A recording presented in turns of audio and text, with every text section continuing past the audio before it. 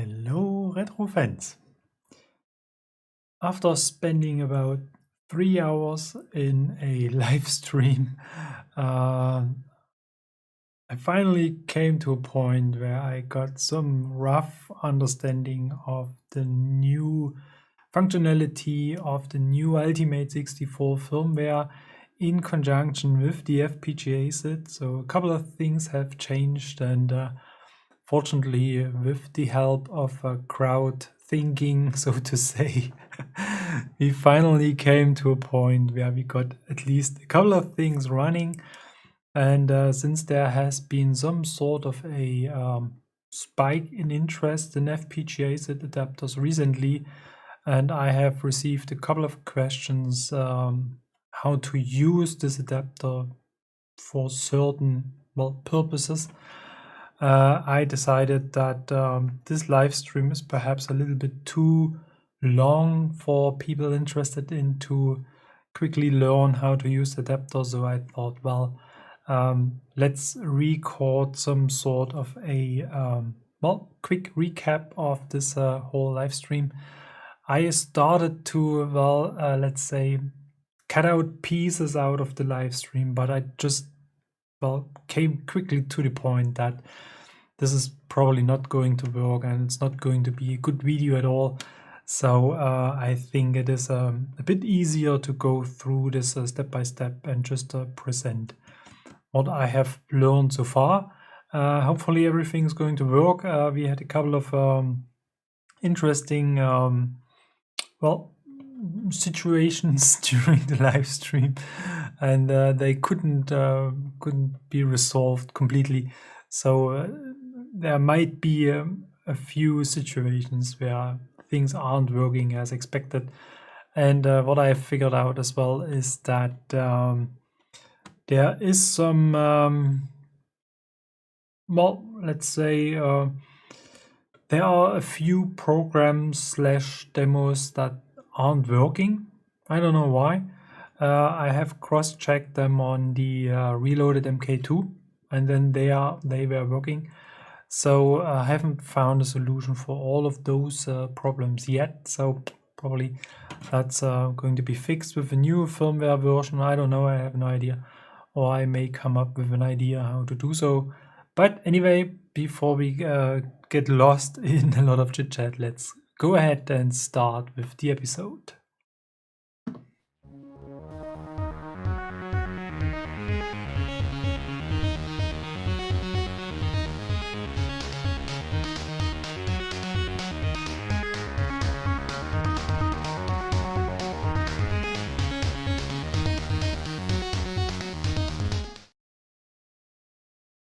So, and as usual, let's start with a view on my desk so that I can provide a short overview about what I'm talking right now. And as we can see, the Ultimate64 in a sort of half-cased situation because I need access to the sockets. And what I have installed here already is the so-called one FPGASID to 2-socket adapter, which actually looks like this without an FPGASID. And the main purpose is to install an FPGASID on a board with 2 SID sockets, like the Ultimate64 or the reloaded MK2 or the tuning board, for example.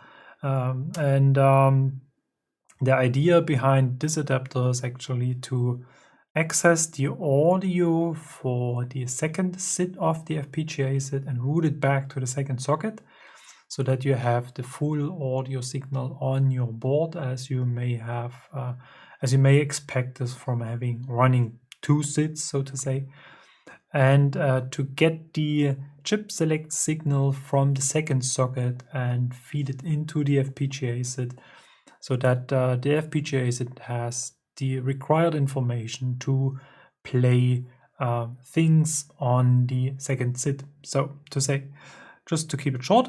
And the installation is actually quite simple. So this adapter is ready to use for the installation of an FPGASID. You just have to put it on here And then the FPGASID comes with a connector and requires 3 additional address wires. I don't know, yeah. And for the purpose of this exercise or this usage scenario, we just need one address line, and that's actually the third one. And this needs to be connected to this chip select pin, which is marked with CS here on the adapter. So now we can read it. And then we need a certain configuration of the FPGASID in order to make this happen. And just to show you a quick example how this is actually sounding like, I have started a multi-tune demo, call it SID Dualux. I hope the pronunciation is almost right. And the FPGASID is actually playing well, the music for 2 SIDs, and one is running at the base address, this D400, and the second one is running on D420, and this is actually quite working fine. So let's dig into the details how this needs to be configured. And for this purpose I'm just going to turn the music a little bit down. Zip. And as you can see, I'm using the HDMI output, and I'm using this HDMI overlay menu. I hope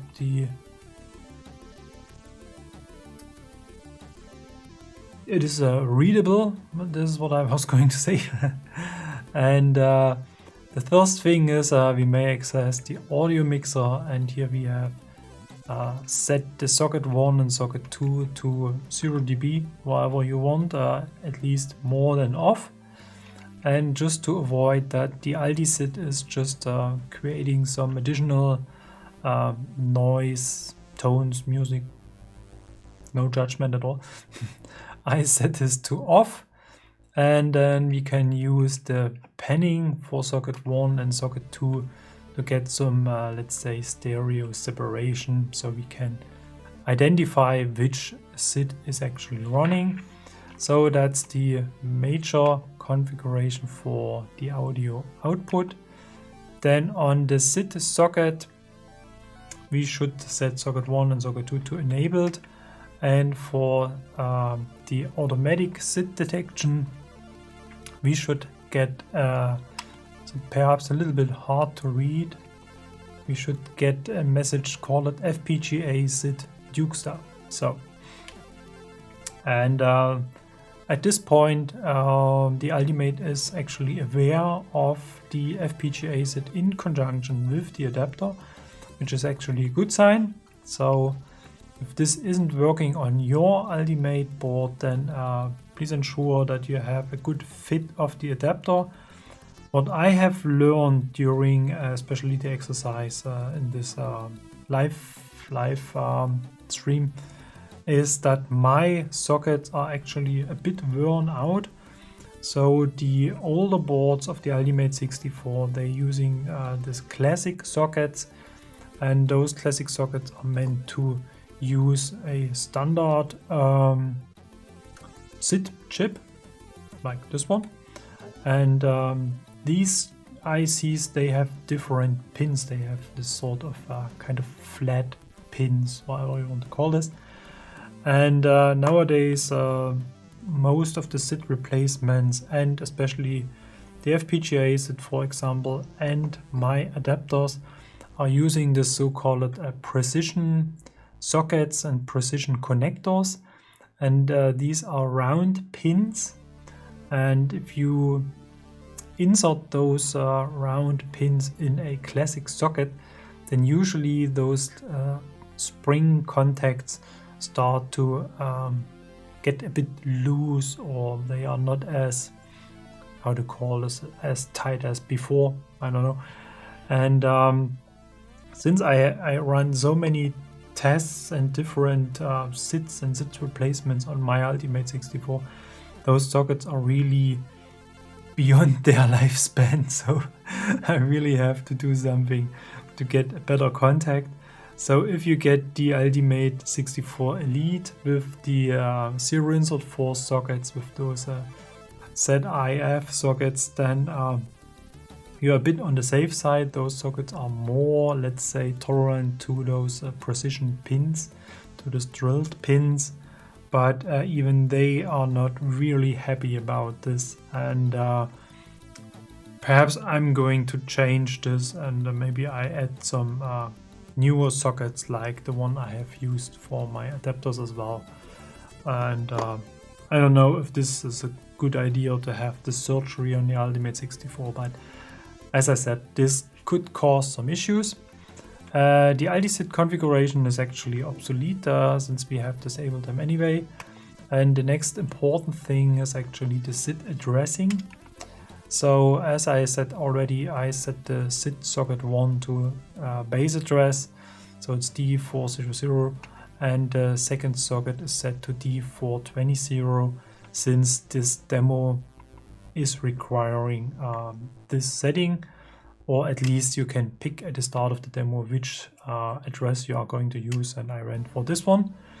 And I set the other settings the way it is here right now, so the Ulti-SIDs are unmapped just to avoid confusion with some additional addresses, something like this, because there are some demos which are trying to detect if you are having 2 SIDs installed.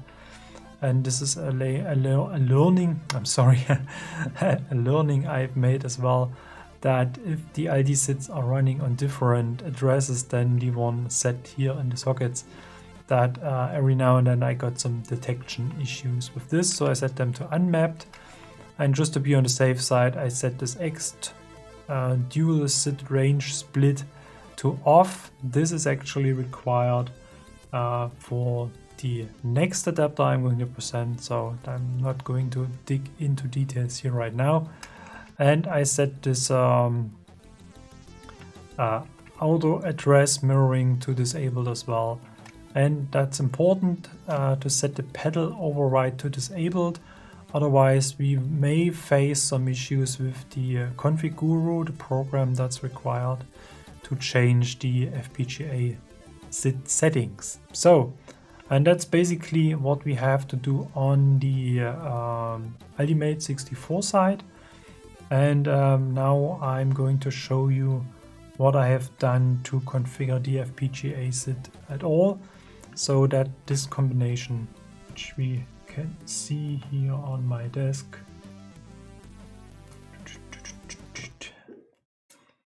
is actually working the way we want it to work. So then let's jump back to my C64 screen and let's perform, let's say, yep, let's do a reset. That's probably a good idea. And then we can start config guru. Oops, not going to delete this. And here we see that config guru has detected the FPGASID. If you get any message like a demo version or running in demo mode or something like this, then something isn't working with the base configuration of your FPGASID. So then you have to check whether it is installed properly and if you have set the addresses as mentioned before. And here we go for full stereo setup, and then we jump into the export screen, and here this configuration is actually quite wrong, and this is some effect I can't really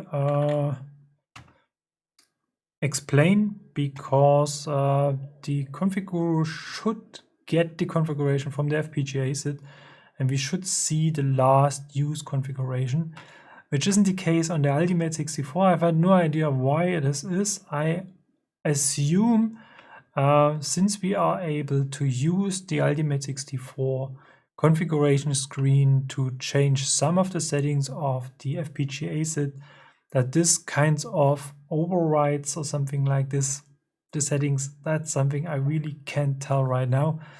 But it is really important that we have SID1, the left one, on base address. That's something we can't change anyway. And SID to right has to be set to DE00. And this is really important because then the FPGASID is expecting on pin 3 of the address input a chip select signal, and this is what we get from the second socket. So everything else can remain the same. I just flashed this to the FPGASID. Then we can quickly check diagnostics, and we should hear something on the left-hand side and on the right-hand side in our speakers.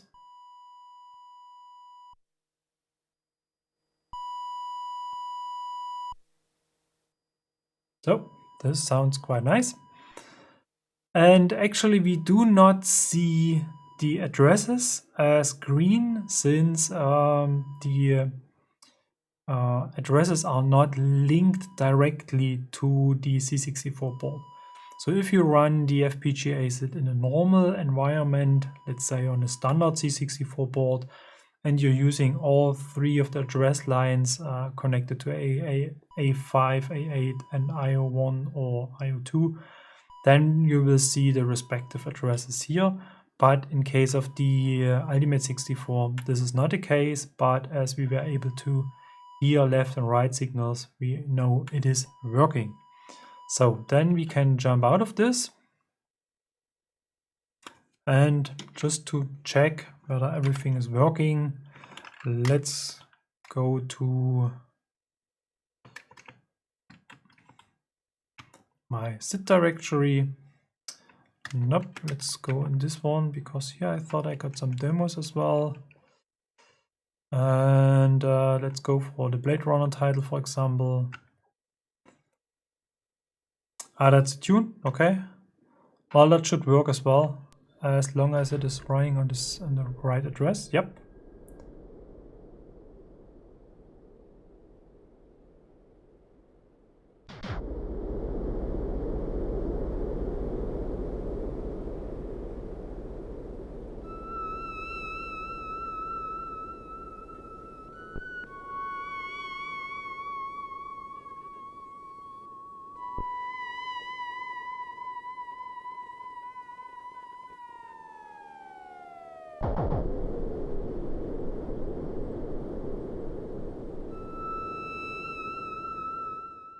So very nice, it is working as expected.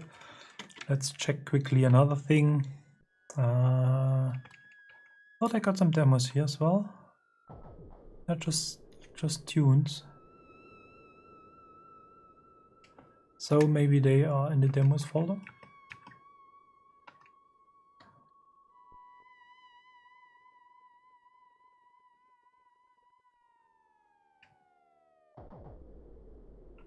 So Games of Thrones, something I'm going to talk about quite quickly. But for now I was looking for something else. Looks like I got too much stuff here.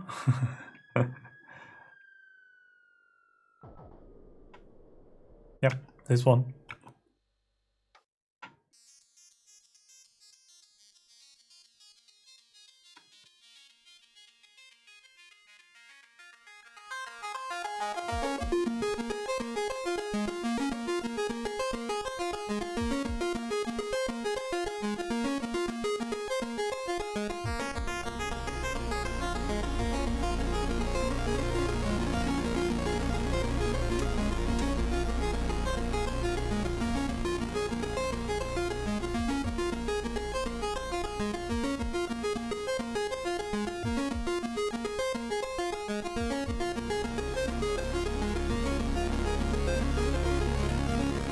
So, very nice, it's working as well.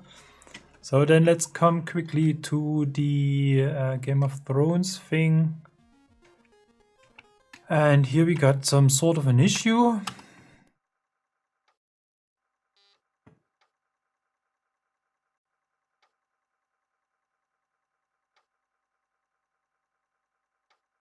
Shouldn't take so long, okay.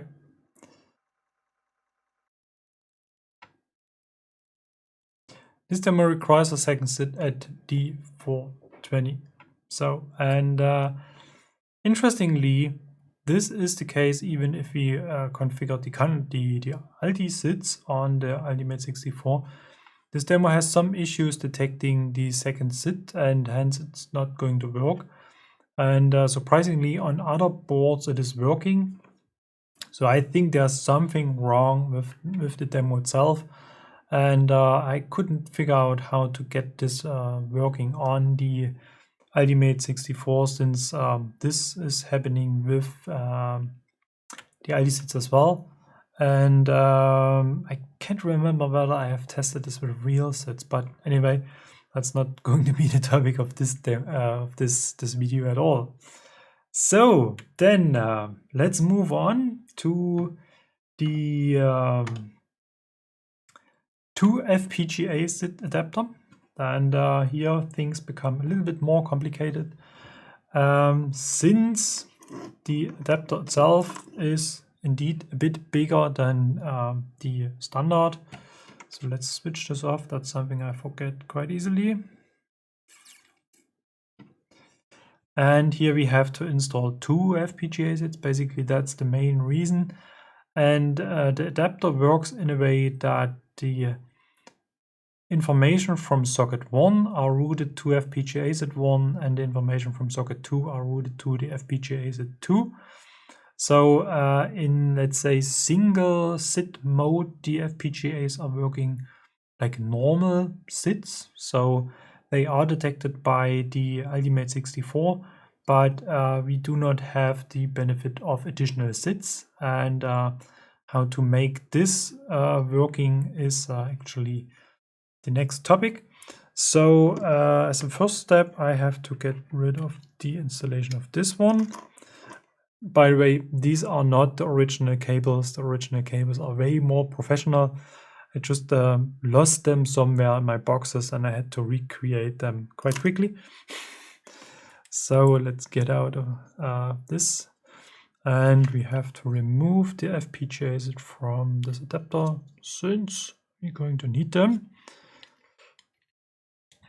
And this one should be configured in the right way, since we did this already. And I just want to check this one quite quickly. And here I have added an additional socket because the jumpers are a bit in the way of getting the FPGASID installed. And it's the right direction as well. So let's turn this on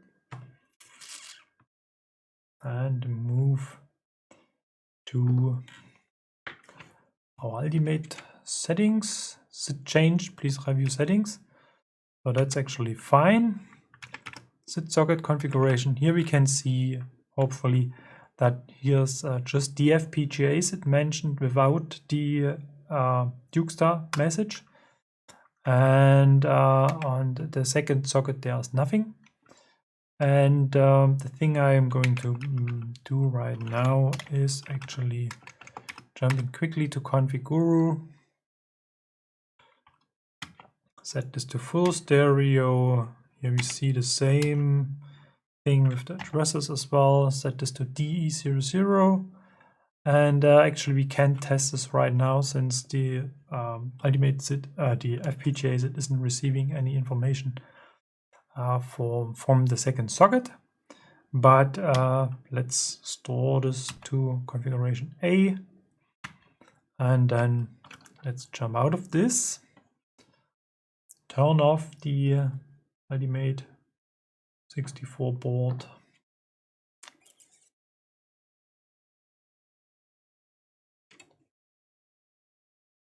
And now I have to remove the socket. That's one thing I've learned during the live stream. I was really trying hard to figure out why I am not getting any signal from the second SID. I was even using my oscilloscope to prove that the FPGA SID is playing something. And the reason was quite simple. These adapters are using this little pogo pin here, so a spring pin, and this connects to this little hole here of the FPGA SID. this golden donut whatsoever. And with this additional socket, this pin was simply too short, and therefore we had no audio signal. Interesting learning. So, and hopefully, surprisingly, there was a very interesting and helpful hint in the live chat, and therefore I was able to fix this. So now we're going to install 2 FPGASIDs, and this time I'm not going to swap them anyway. So now we have to install them quite carefully, since we have to align 4 rows of connector pins. And as you can see, I have built a kind of quick and dirty, not so quick, but still dirty breakout adapter, and using this GST connector thingy so that I can connect the audio signals to my sound capture device. And this is really just a kind of a test environment. Usually I build them a little bit differently, but I'm still waiting for the cables to arrive, and hence I had to go for this one. And now we have to connect the third address line again from the FPGASIDs. And on my board, this jumper P7 was missing. On the newer boards, it is soldered. That's something I have learned. But there are still some boards around which this isn't the case. And we have to connect this third address line to the second from the right. And on the newer boards, there are just 2 jumpers and or two connectors.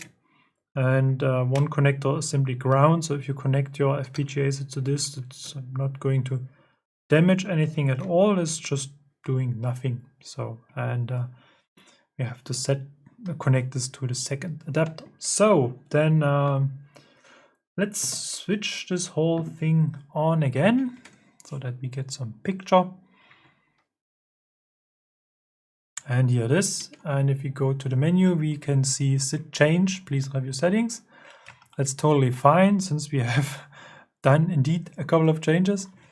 And let's quickly check the sockets. We can see detect socket 1 and 2 is showing the FPGASID. I may have to change the color settings on this menu, I have no idea.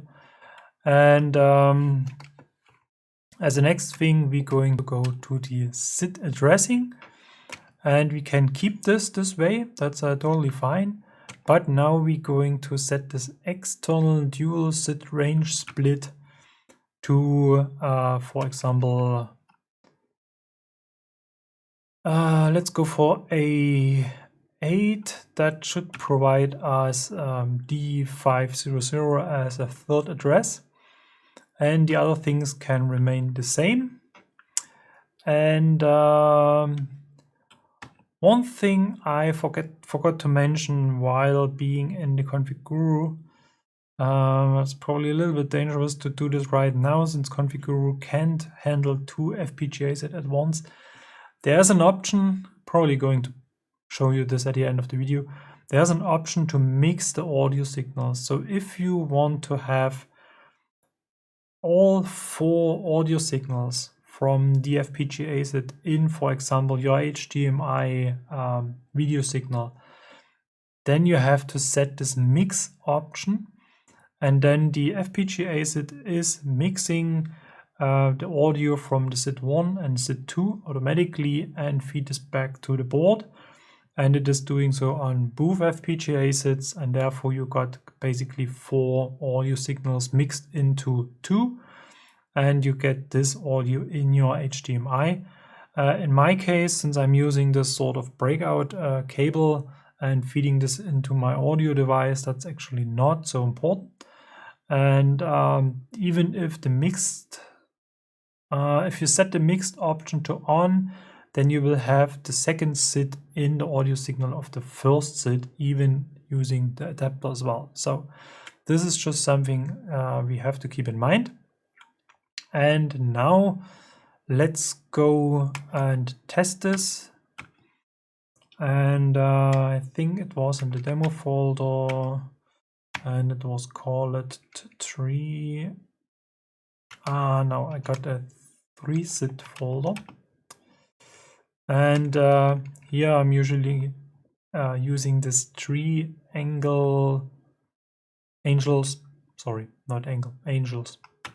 demo, and here we got a chance to set the addresses. So we're going to use D420 as the second, and we're going to use D500 as the third address. So, and now I have to move to a different screen because here I have configured my audio interfaces, and I'm actually going to mute the HDMI audio, and let's see if this is going to work.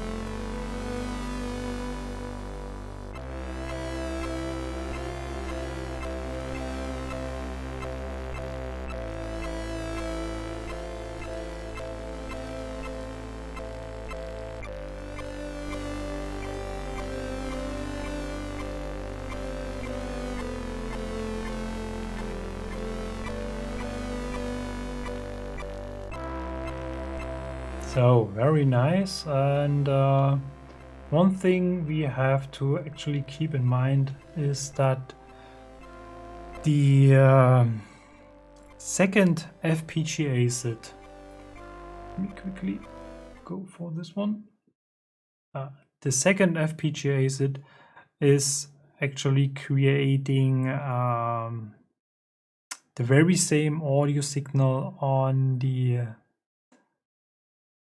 first and then on the second SID. That's something I couldn't figure out because actually the second FPGA SID shouldn't play anything on the second SID at all. No, it should. Now I'm a bit confused. Now we should get the second SID on the second FPGA, and the first and the second FPGA SID should play together the third SID running created by the demo. So that's actually what I was going to talk about, and therefore you have to adjust your audio equipment accordingly in order to have this, let's say, dual playback of the very same, let's call it channel, a bit reduced because it will be a bit more present. So, and yeah, that's actually all that's required to get this FPGASIDs running on the Ultimate64. And as a last thing, I have promised to show you this option of mixing the signals. I'm really interested in to see what Config is doing right now. And well, it pretends that everything is going to be fine. And as we can see, it is called output. And here we have a dual or mix. And if we set this to mix, then SID1 and SID2 of the FPGAs are mixed together. And then you can get this audio in your HDMI audio stream or on your audio socket here as well. And you are not required to use such a breakout cable, however it is called like this. So on a reloaded MK2, this is basically almost the same story, but there we can connect those grabbers to either the expansion port or to the CPU pins, for example, if you're going to address A5 and A8, for example. And on the Ultimate64, this hasn't worked for certain firmware versions, since if there is no external cartridge, then we usually do not see a lot of activity on the cartridge port. So the IO1 and IO2 pins are more or less inactive. And I haven't checked this recently if this has changed over the most recent firmware, since most of the time I'm using simply this pin here, and this has basically worked fine for me so far. I will test this if we see some activity on IO1, IO2, and then this would provide the fourth address we can use for the FPGASID. So that's probably really worth doing, and I'll keep you up to date if this has been implemented. So actually, that's all I have to say for this episode. If you are interested in more details, feel free to use the comment section. I'm really looking forward to your thoughts, ideas, questions, whatsoever. And if you want me to create a kind of similar episode for the reloaded MK2 board, then feel free to express this as well. And then I can do this. Yeah, actually, that's all I have to say. Thanks for watching. Thanks for joining for this episode. And thanks for subscribing or joining the channel membership or supporting me in any other way. That's really highly appreciated. And well, see you for the next episode, and bye bye.